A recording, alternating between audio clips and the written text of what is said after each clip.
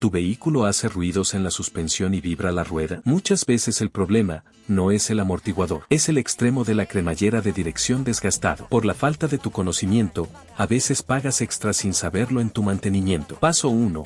Preparación del vehículo. Se eleva el vehículo de forma segura. Paso 2. Inspección inicial. Se revisa la rueda manualmente, se detecta juego lateral. Paso 3. Identificación de la falla. Se localiza el extremo de dirección, se confirma holgura en la rótula. Paso 4. Afloje de la tuerca. Se afloja la tuerca del terminal del muñón. Paso 5. Separación del terminal. Se libera el extremo de la mangueta. Paso 6. Retiro del extremo dañado. Se desenrosca el terminal viejo de la cremallera. Paso 7. Preparación del nuevo extremo. Se compara pieza vieja con nueva. Se ajusta a la misma longitud. Paso 8. Instalación del extremo nuevo. Se enrosca el terminal nuevo. Se coloca en la mangueta. Se ajusta la tuerca. Paso 9. Verificación final. Se revisa que no exista juego, se gira la dirección, firmeza correcta. Y listo. Si este video te sirvió para tu auto, suele recibir me gusta y llegar a quien lo necesita. Y quienes quieren aprender más de mecánica normalmente nos siguen para ver más tips.